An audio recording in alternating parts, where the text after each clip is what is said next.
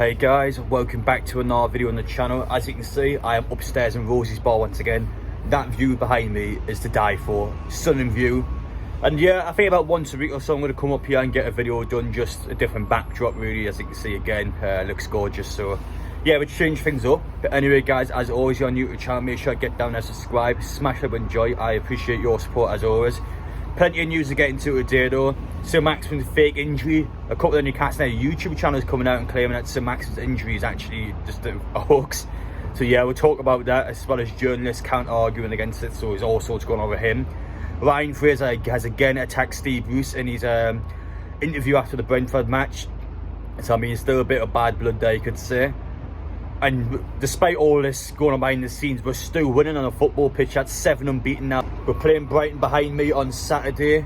We have never beaten them in the Premier League. Can we finally end the jinx against them? The horrible bogey team, can we finally beat them? But someone made a good point, to be fair. Ever since Dan Burns signed, Brighton have been struggling quite a bit.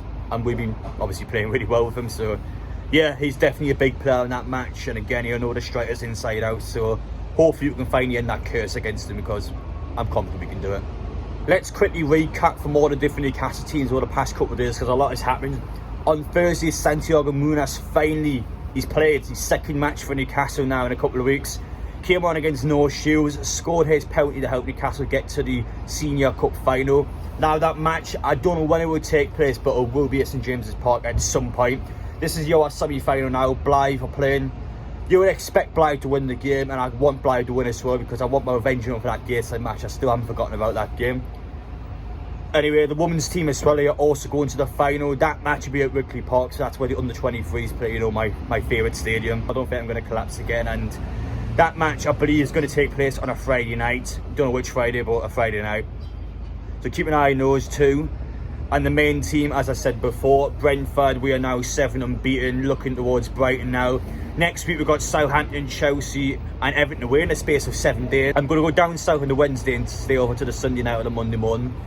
Because again, what's the point of going home on the Friday morning when I've got to go back down to London on the Sunday anyway? So I'm going to stay over for 5 days.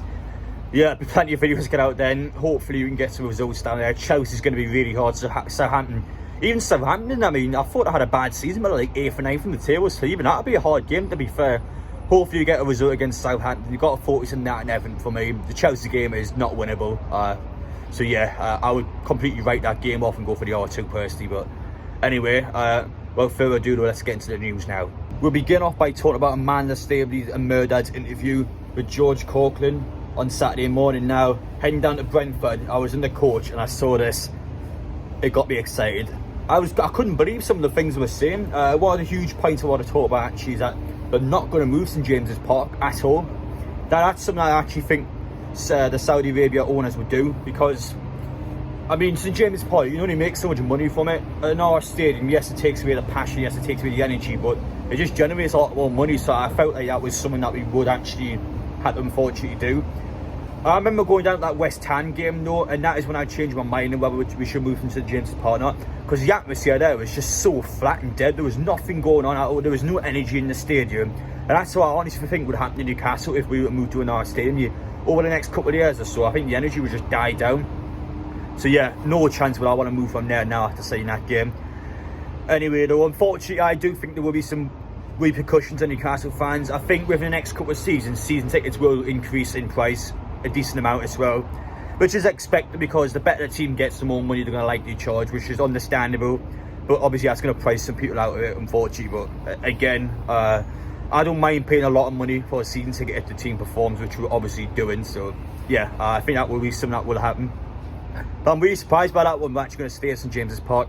Now, I'm not going to talk about too many of the other bullet points, because I'm going to have a separate video plan where I actually want to do something with the information given. So yeah, I'm going to purposely leave somewhere out. However, I should note that Botman and Jesse Lingard did both want to join Newcastle United, but obviously in the end the clubs didn't allow that to happen. So definitely there's something I keep an eye on those two. As I said before though, St James's Park, that behind me, it's going nowhere. Let's talk about one of the big points now. Fraser has once again attacked Steve Bruce in his interview. Now, originally, the Magpie channel's already had this on, so I wasn't going to make this the main talk of my video, because I don't want to look like I'm copying them. But I still want to talk about it anyway, because again, it's pretty big, and it just shows how much players have improved under a different manager. Because Fraser, in the couple of weeks or even a month or so he's been getting proper game time at Eddie Howe. He's played better than the 1.5 years under Steve Bruce, which is just a huge increase. I mean, against Brentford, he for me was a man of the match in that game. He should have got 3-4 assists in that match, the amount of good balls he put in the cross. Chris Wood was unlucky not to score one, to be fair. He did get the assist with Joe Linton. Now again, Joe Linton, he's the biggest improvement that he had from any player. I'm not going to lie, I've criticised Joe Linton. I think everyone at some point within the last year or so has criticised Joe Linton. Said he's not worth the money, said he's not good enough, said he needs to be sold. But he has proved every single person wrong. He's someone that, outside the training ground, he's his own trainer in the house. I mean, this is someone that clearly cares about the football club, he clearly wants to succeed, and now he's finally doing that. He is worth every pound of that 40 million. Every single pound he's worth, and I'm so glad to see it, because I think he's a player that everyone wants to see succeed. But now him to actually be consistently playing well and consistently being one of the best players week in, week out is just exceptional. Other players that improved as well. Joe Willett again scored 2 games in a row. Struggled to score first half of the season. Now he's on that potential run again that he did last season. John Joe Shelby, a player I thought was finished, 30 now.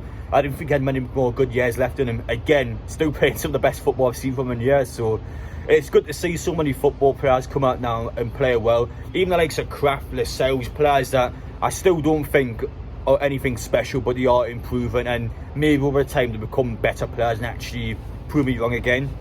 But it's good to see these players improving. Ryan Fraser, as he said there, the actual dynamics in the change room have changed now. That his stickers on the walls, there's just motivation. Everyone feels like there's a part of Newcastle. You see Kieran Trippier going in with crutches on at the game. He's desperate to be supporting the team, and that's the energy we need at this football club.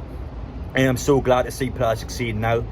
But yeah, Steve Bruce, he's in the past now. Now we can move on. But again, no Ryan Fraser. He likes bigging up Eddie Howe, is probably the best way of putting it. Now it's time to talk about the big one. Is Saint-Maximin faking his injury? A couple of Newcastle United YouTube channels, or people associated with Newcastle United YouTube channels, that actually came out and claimed that his injury is just a hoax. I mean, alright. Keith Patterson from NCSL is the first person I've heard say. He's came out and said that he refused a coach trip down to West Ham. He's playing Eddie Howe. There's no one bigger than Newcastle United.